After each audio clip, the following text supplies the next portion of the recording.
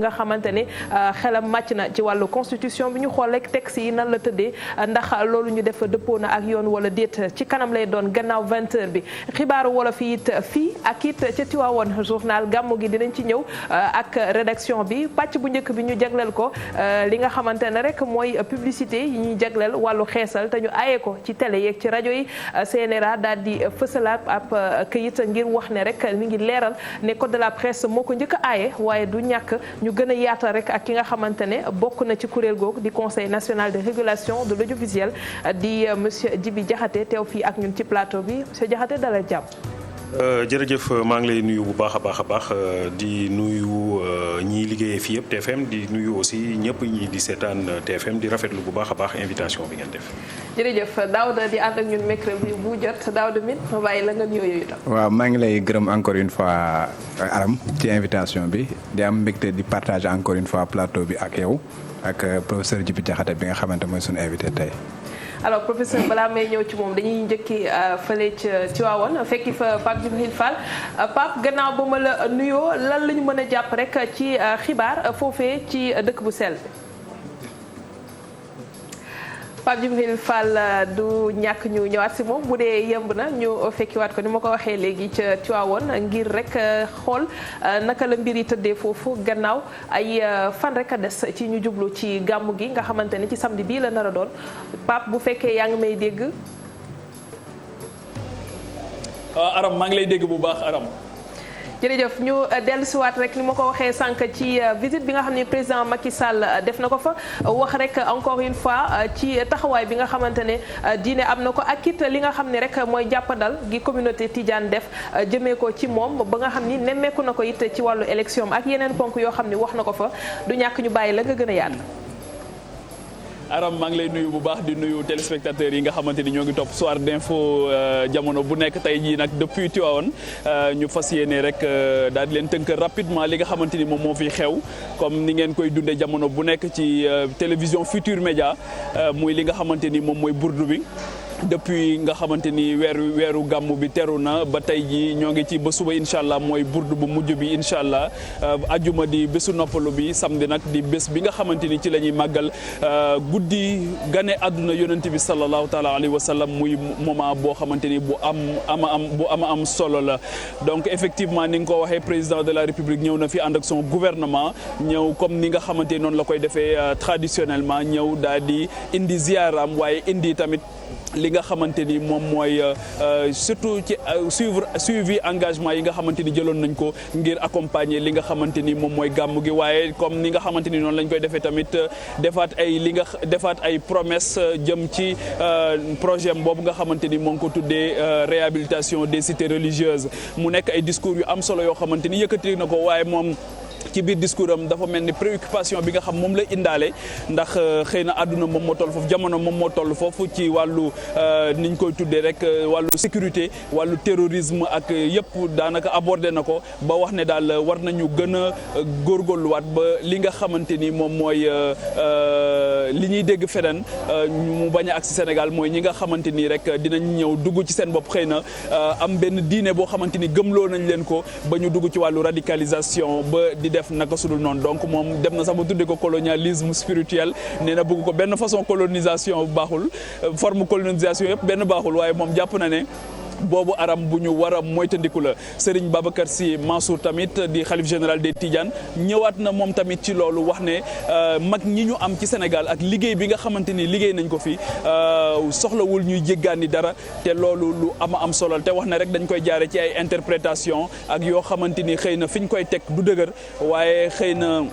li nga xamante ni moom mooy éducation bi moom la ñu war a gën a bàyyi xel bu baax a baax surtout l'éducation des plus jeunes pour que ñu mën a pare ak ci forme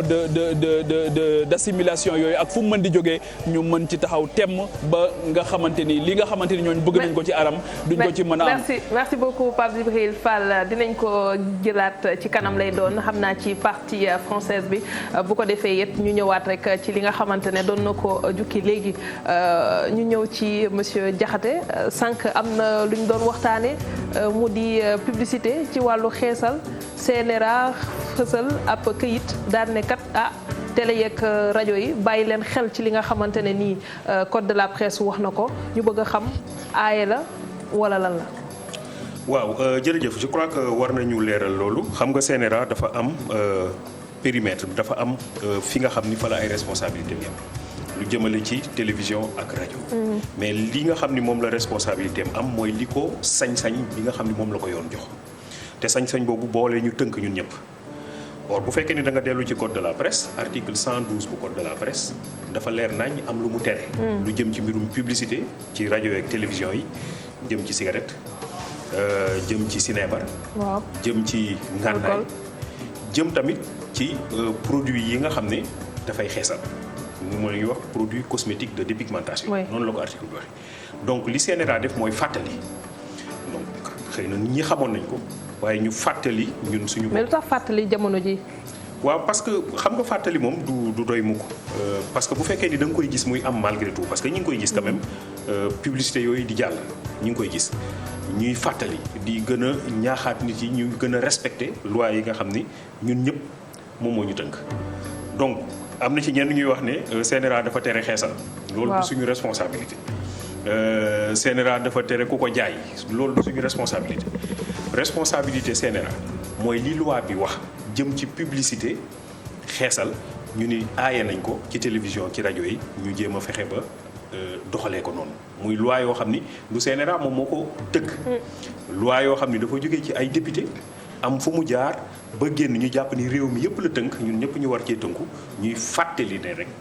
loi yooyu ñun ñëpp nañ ci tënku te éviter publicité ci télévision ci rajo jëm ci ngànnaay jëm ci Sénébar jëm ci xeesal ci li nga xam ni moom moo ñu réunir tey. dinañ ci ñëwaat gën a yaatal code de la presse muy wax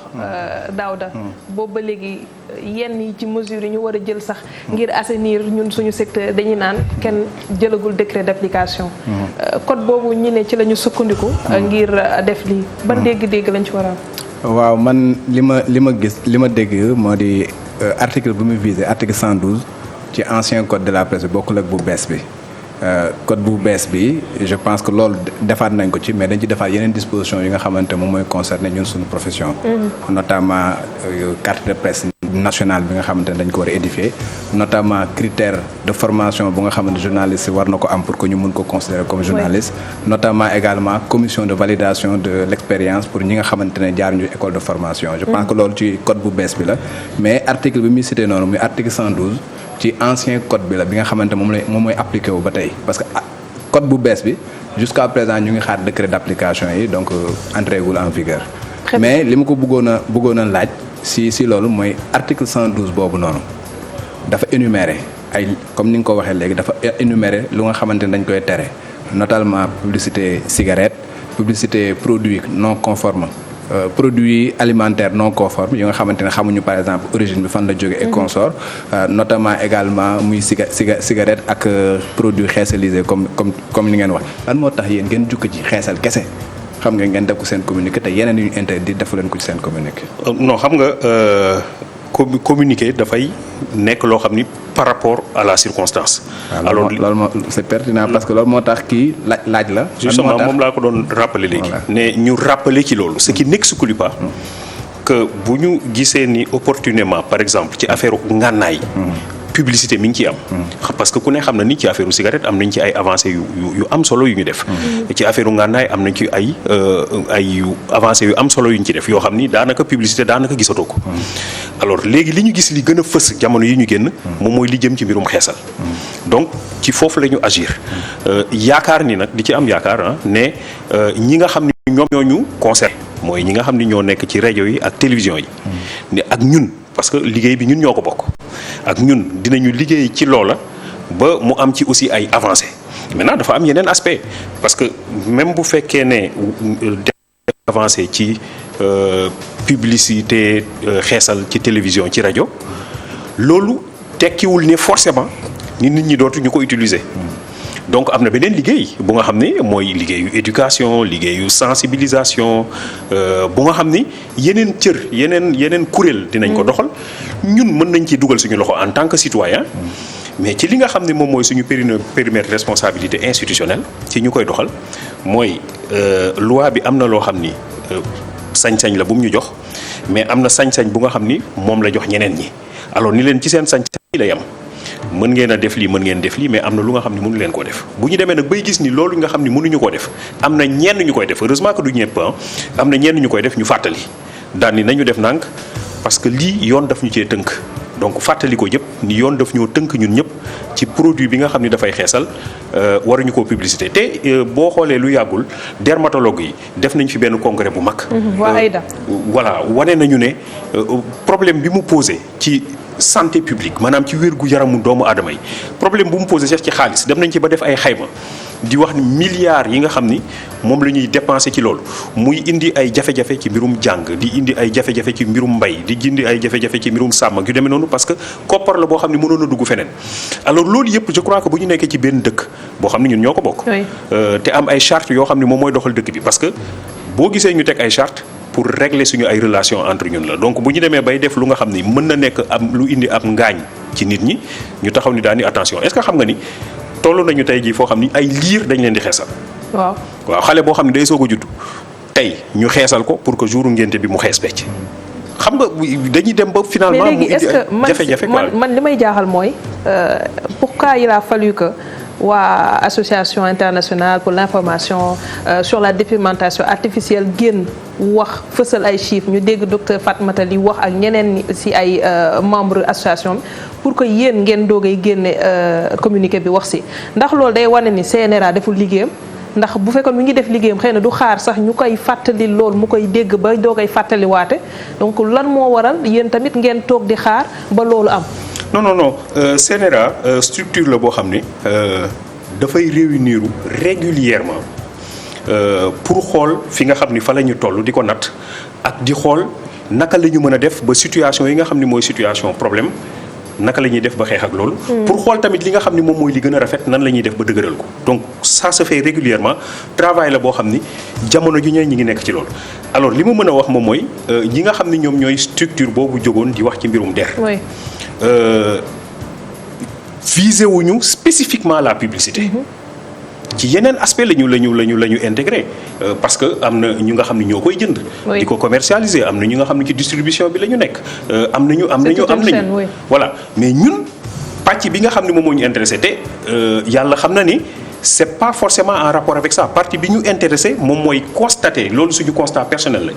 constaté nañu te loolu bu ñu ko constaté wul fekk ñëlee wax ko tamit duñ ko wax. donc li ñu constaté moom mooy que gis nañu dans les médias enfin dans certains médias certaines télévisions certaines radios ñi ngi def publicité boobu bon ñenn ñi bu njëkk dañ doon wax leeral. mujj gi ñu xaw a bàyyi leeral sax di ko fësal di wax xeesal alors ñu jàpp ni lii loo xam ni dafay wàcc yoon la. loolu nag ñun mën nañ donc ça n'a rien à voir bu fekkee nag loolu dafa ñëw gën a dëgëral suñu position tant mieux. yan matuwaay ngeen am wala moyen yoo xam ne permettre na leen tey ngeen fexe ba lii ñu tënk ci communiqué bi télé yi ak rajo di ko jëfee. ci lan ngeen di sukkandiku. alors il faut dire que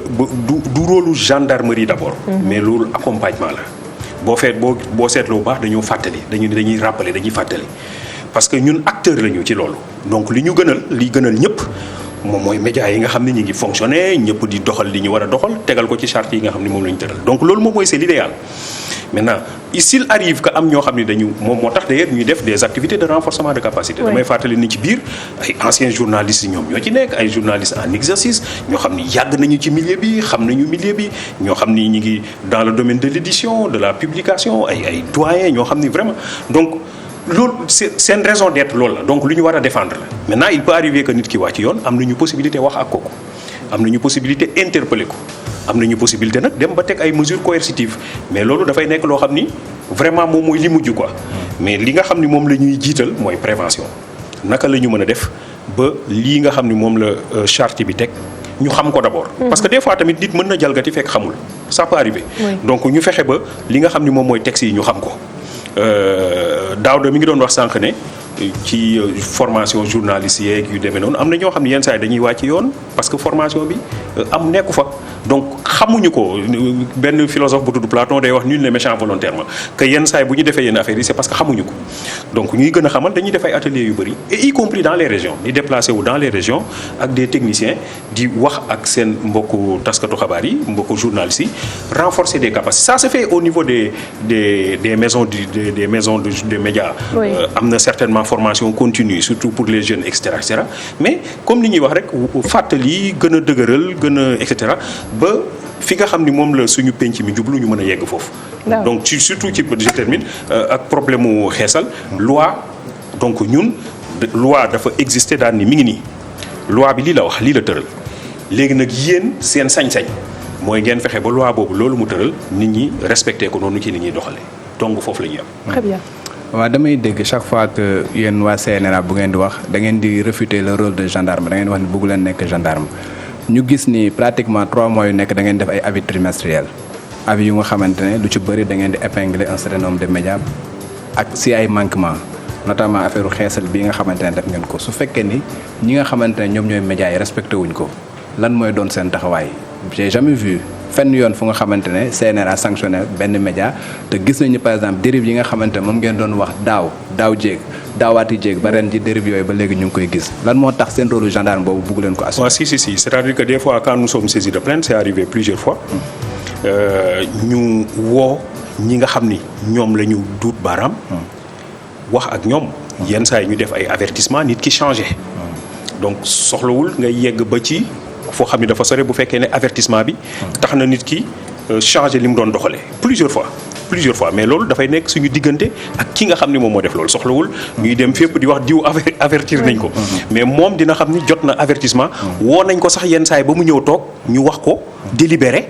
def suñu délibération wax ko ni ko lii ak lii moom moo am te boo continuer di def lii moom mooy daan yàlla nag suturaal nañu ba très souvent wax dëgg yàlla ak seen collègues yi ngeen liggéeyal très souvent du ñu yegg fa fu sori fa parce que bu ñu yeggsee ci avertissement affaire bi réglé maintenant il peut arriver que ñu dem ba yàgg ñeneen ñëw ak d'autres concours de circonstances tax loolu ñëwaat parce que société bi tamit noonu la ñuy fonctionner dafay am des fois des phénomènes de récidive dafay am moom mooy tax encore une fois préféré wu ñu privilégier ce rôle de gendarme qui constate dañuy couper dañuy fermer dañuy tëj. dañuy arrêté am ngeen prérogative yooyu dem sax ba nangu licence wala arrêté fréquence su kenn ndax xëy na doxeewul li nga xam ne moom ngeen wax. oui mais bien sûr bu ñu demee loi bi dafa am lu ñu may. ak maslaa bi ngeen gën a fësal. waaw mais moom laa lay wax c'est-à-dire que xam nga li ñuy jiital moom mooy prévention mooy li nga xam ni waxtaan ak nit ñi renforcer seen capacité ba yaakaar ni yenn yi duñ fa yegg. bu ñu demee ba yegg fu nga xam ni gis nañu ay signaux yoo xam ni baaxul ñu wax ak nit ki jox ko avertissement yàlla li ma lay wax léegi nii la suturaal nañu ba. Bon c'est vrai que comme ni ma ko waxee daf ci am ci biir composition bi ñoo xam ne yéen ci médias yi la ñu bokk yàgg ci di liggéey donc xamante ne ni ba souvent bu ñu waxee dinañoo xam ne lii ñu wax ak li loi yi établi du suñu sañ-sañ du suñu ay coobare bopp dañuy rappeler loi yi lii la tëral loolu rek la ñuy rappeler loi bi mi ngi nii lii la tëral donc du man maa ko tëral du yow yaa ko tëral ñun ñëpp dañ ñoo tënk ci loi boobu. D'accord. Souvent nit ñi dinañu comprendre ni lii loi la du CNRA.